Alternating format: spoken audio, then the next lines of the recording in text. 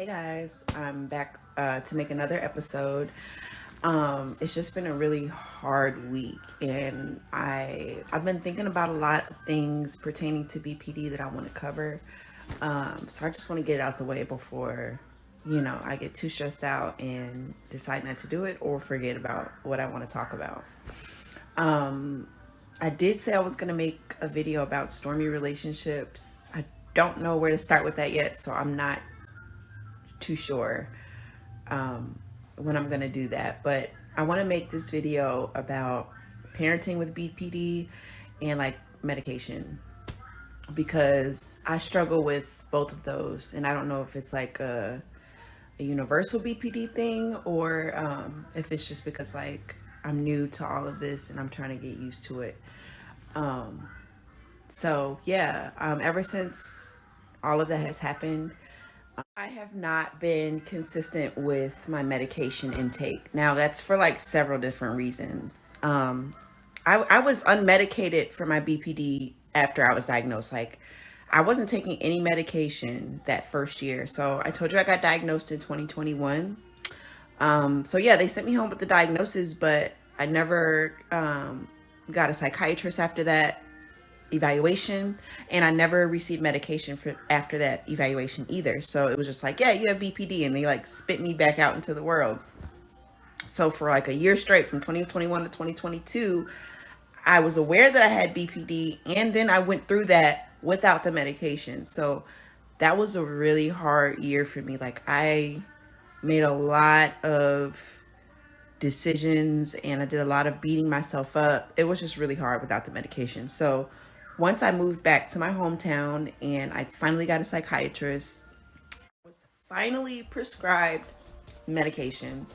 So with this medication, I started out with one because it was hard for me to go to sleep at night because of the overthinking.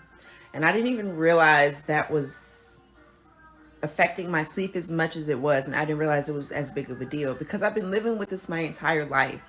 So I'm 27. So I don't know when the BPD developed within me, but I've been like I am for my entire life, basically. So everything I do, I feel like everybody else does too, or I feel like it's normal because nobody ever said like, oh, that's weird. Like, oh, and then you see posts all the time about not being able to sleep and things like that. So it just never occurred to me that it was as big of a problem as it is for me. And then as our appointments went on, we usually see each other about once a month or once every other month, depending on how busy the office is. Once the appointments went on, more medication started to get added. So now I'm thinking like, damn, am I really this fucked up? And like, you could tell, like he could see on my face, like how discouraged I was becoming, like every time he added a medication. But it's also like, I need it to function. You know what I'm saying? Because once I started taking the medication, I immediately noticed a difference. I was able to get up without raging instantly, because I don't know how to describe it, but waking up is really hard. It's not like the early or late thing in the morning. Like, getting up early is not an issue for me because I was raised getting up early anyway, and my body naturally wakes me up at an early time because of the kids. So that's never been the issue. The issue is my mood. The mood. So it's like, when you wake up, I don't know what it's like for normal people or people without this BPD, anxiety, depression, PTSD, because I have it all. Bipolar. I think I have bipolar 2 is what I was diagnosed with. But me, when I wake up, it's like you wake up and then instantly my mind just starts going, you're a piece of shit. You fucked up your life. You don't deserve to be here. Like, this is my mind, like 3 seconds after I open my eyes. So there's days where like I need to sleep in because I'm so exhausted or I'm so tired, and I can't go back to sleep because my mind is bullying me, if that makes sense. But it's me bullying myself, if you will. But I don't know I don't know how to stop that. And so the medication helps quiet the thoughts. Like when I was taking the medication, I would wake up and that was that. Like I would wake up and I was able to like get ready, brush my teeth, get the kids ready without hearing that fucking voice in the back of my head telling me that I'm not worth the breath that I breathe. So that was great. But then there was still like during the day, I would have like, I call them mood crashes. So I'm having a good day. Everything's cool. I don't know if it's like a trigger or like if there are certain events that prompt my mood to change because I don't pay attention to myself like that. But I would notice like maybe around 11 or 12. It is not even a specific time, but just during the day. Okay, so my daughter's away at school. My youngest is in the next room napping or eating or whatever. And my mind turns on. I'm being bullied again. And I'm thinking about all my mistakes. The past especially, I get hung up on a lot. Okay, because I get a lot of my negative flashbacks randomly. It doesn't even have to be triggered. I could just be chilling and it'll cross my mind. You know what I mean? And it's hard because the difficult situations that I've been through, I've never been able to sit down and talk about them with anybody. The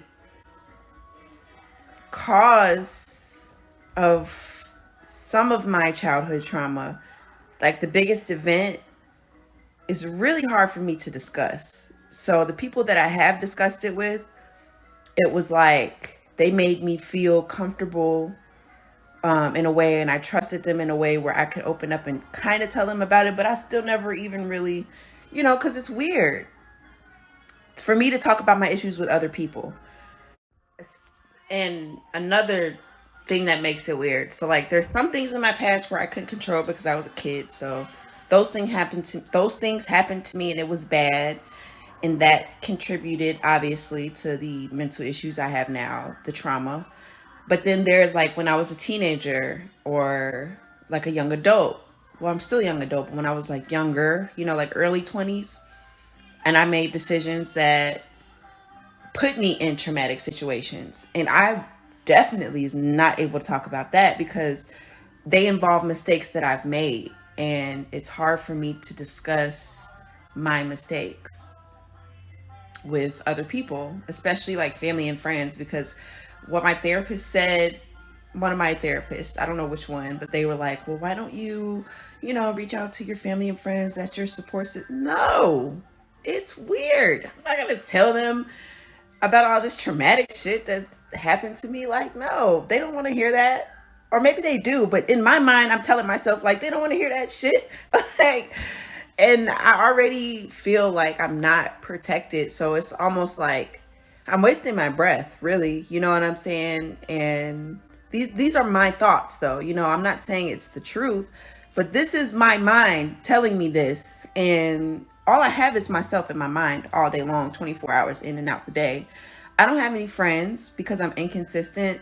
The BPD makes it impossible for me to connect with people and sit down with people and be there for people. I can't show up for people with these conditions because it's not just the BPD. The BPD is the biggest one, but all of my issues combined together, the PTSD, bipolar, depression, it's too much. And nobody wants to be around that. Let's be real. Everybody's going through something, you know what I'm saying?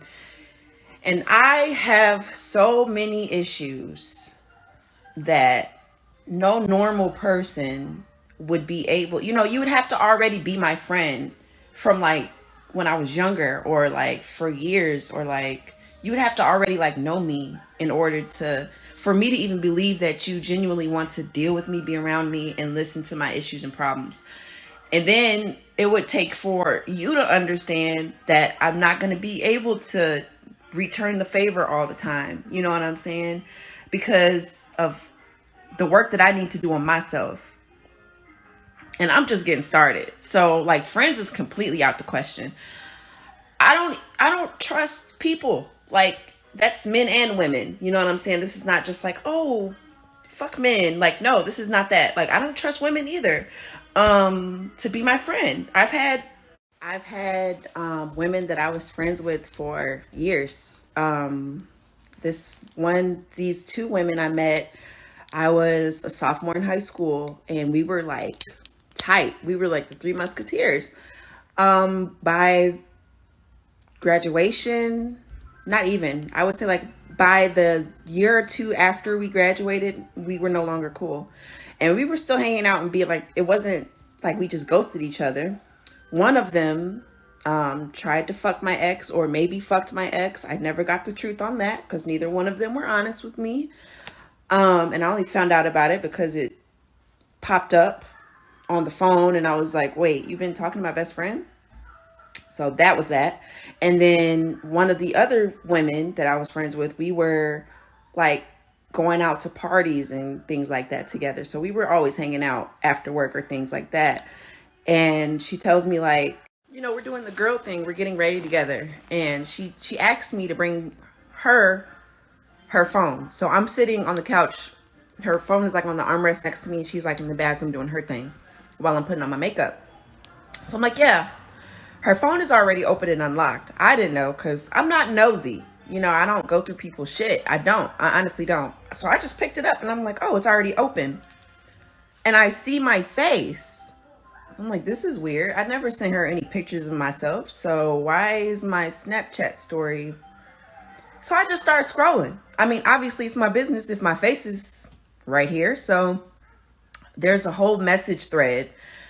There was her sisters, and maybe like 2 or 3 of the younger girls that we went to high school with in the group chat. And they were all like, she would screenshot my Snap story, send it to the group chat, and all of them would just talk shit about me. But you're calling me your best friend, where, I'm showing up for you when you need me. We're going out together. It was just weird. Like, if you don't like me or want to be my friend, or you hate me, disown me. But don't be weird, hang around me, and have like a secret group chat where you're talking shit about me behind my back the whole time. Like, so that really killed my trust with friendships, especially with women, because I already had like a rocky like trust dependency like with women. But that really killed it for me. That really killed the taste in my mouth. I used to be kind of social, despite the issues I have. I used to be a little social. Like, you put me in a room full of strangers and I would socialize. I would move around the room. I would work the room. Whatever it is I got to do. A mask, I put on my mask and do what I need to do to get through the situation. And that's how I really made most of my friends when I was younger. They met me with my mask on. I was laughing, I was happy, cracking jokes. I was interested in what they were interested in. I was socializing. That Deanna is dead. Now I'm left with the real me. And I really do have to start all the way over. I don't know what it's like to trust a person fully. I couldn't trust my own parents. So how can I be put in the world with people and be expected to trust a friend, a sibling? How? When everyone that I was supposed to depend on has fucked me over. You know what I'm saying? Like, so, I was just telling my therapist this as well. I've more so shifted my attention on romantic relationships, mainly because I have kids. So I'm thinking like I need to provide for them. I can't do it alone. It's really fucking hard. And I make terrible decisions. So I know I cannot do this alone. So I started to focus strictly on just like finding a husband or a man or whatever you want to call it. And that is really where my life has been going, because I lost all of my friends 2018, because that was the same year that my father passed away. I lost all my friends at the beginning of the year. Then my father passed away. And then one of my friends, one of the last friends that I have left, we got weird too. And she probably doesn't know this, but during during that time, there was a lot of drama surrounding him passing away. There was like, it was so much going on. And somehow my best friend got mixed up in all of that. We've been friends longer than I was friends with those other two women. So I met her in 6th grade, and we've been friends ever since. But somehow she got mixed into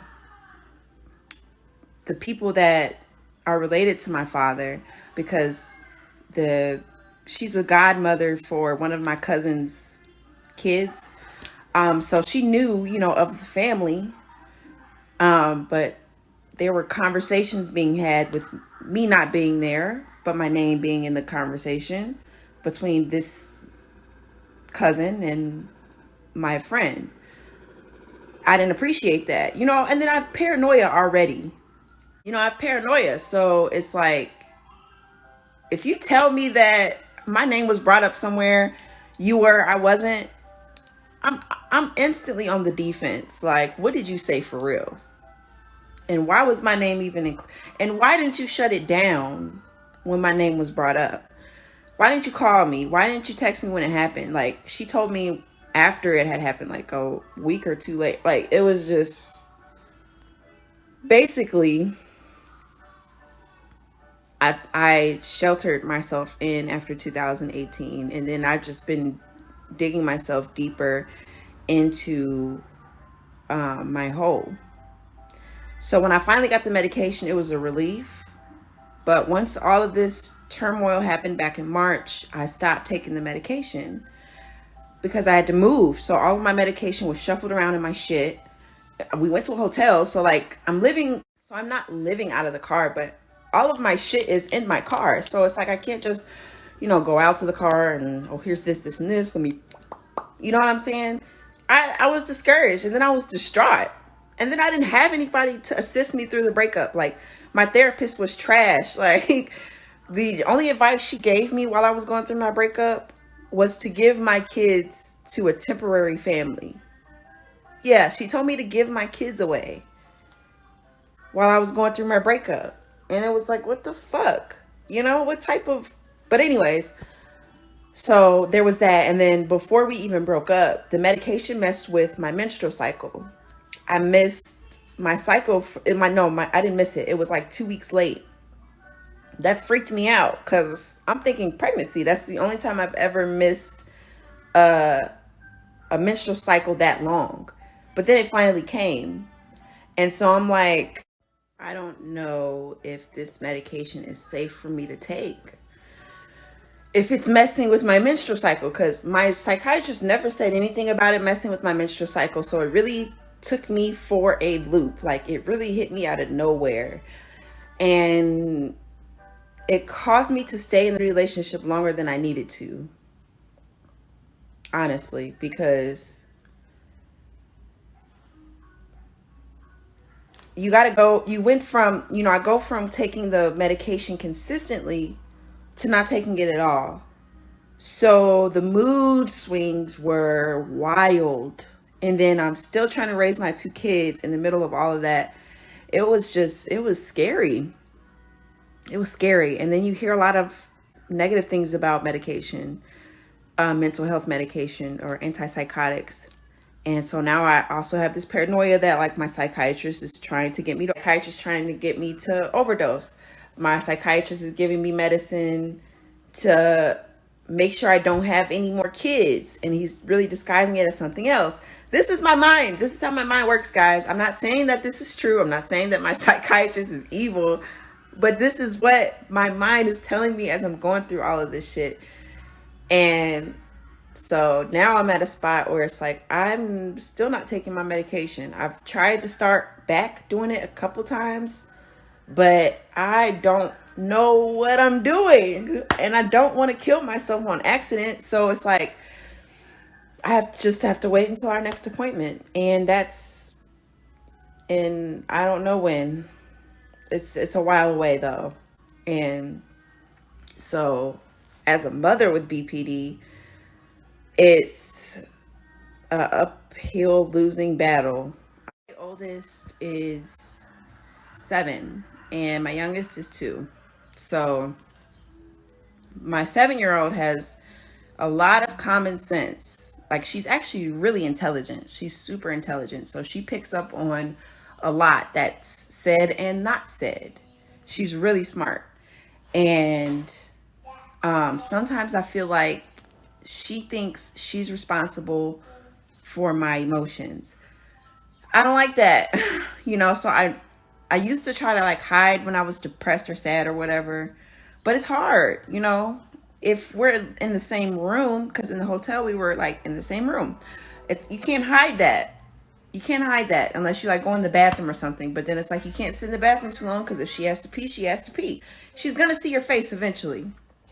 So I was playing this game where I was trying to like hide everything from her, but it was like that's not working because she still. So she would ask me things like, why aren't you eating, mommy? She would say stuff like, I just feel so sad for you. And I would say like, why? As if she didn't realize what was going on. And, she would just say like, because you're always sad. And like, what do you do with that? One of the main reasons that I can't stop getting help is because of my kids. I can't give up because I have to be a better mother for them.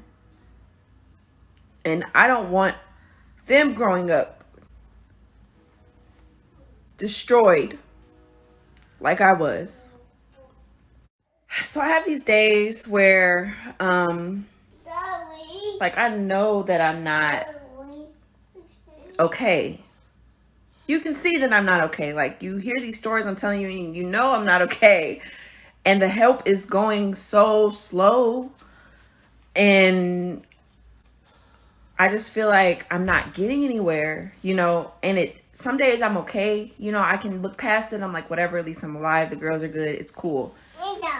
One day, I just got to keep working towards it. And one day I'll change.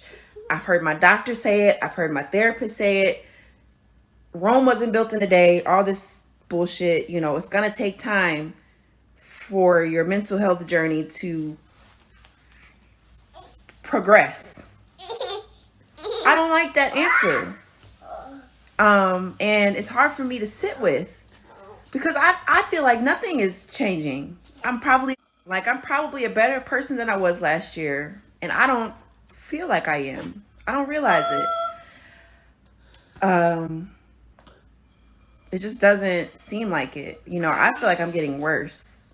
So I'm like reaching for anything at this point, like help, conversation, friends. But at the same time, I'm not. I'm arrested. I'm in an arrested state.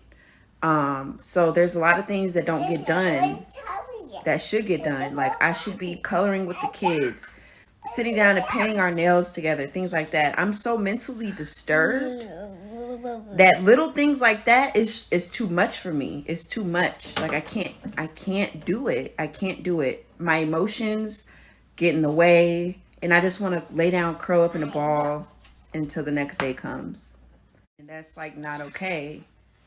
My oldest is active. She likes to go outside. She likes to see things. She's a kid. She's supposed to be outside. But mommy can't go outside because mommy hasn't been taking care of herself. Mommy, look at me. I don't want to be in public like this.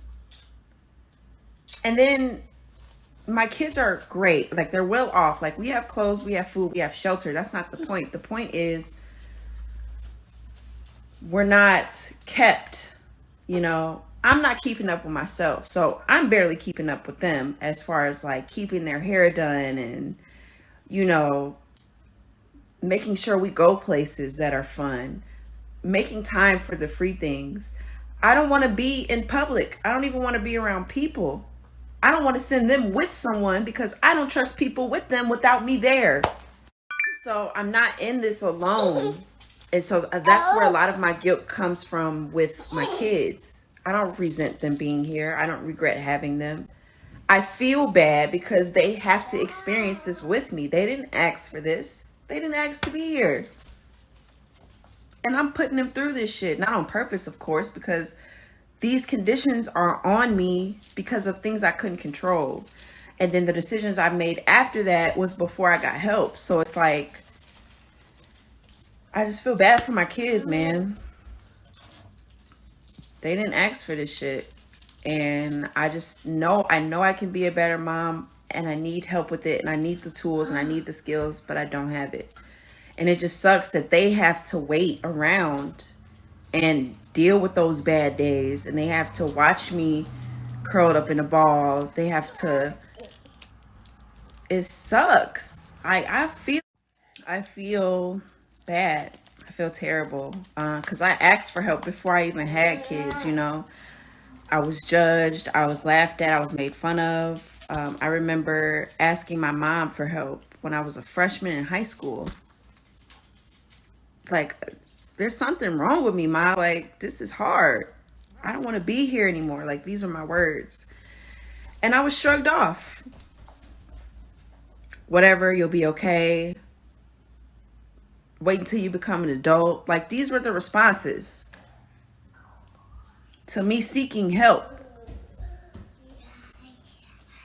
And I'm mad because I knew something was wrong. And now that it's confirmed, I'm pissed because it's like I could have been working on this and I could have been way further than I am now. But that's in the past. And right now, this focus is to become better and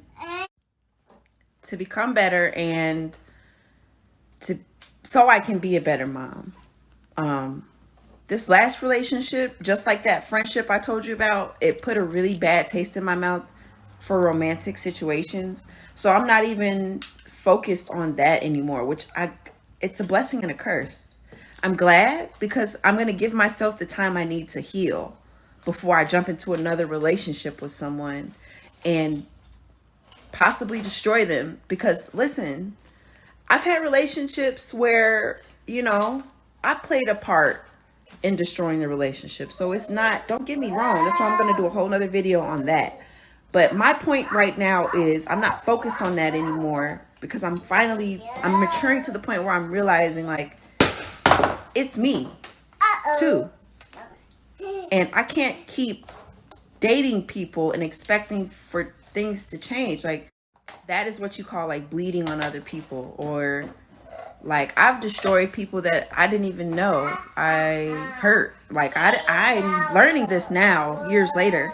So it's just like there's a lot that I need time for. I need time to heal. I need time to gain these skills, work on these skills, obtain these skills. I need to become a different person because the person I am right now, she's not going to survive. She's not going to survive. And the kids need someone stronger and mentally stable and present, not up here crying and drinking all the time. So that's where I'm at.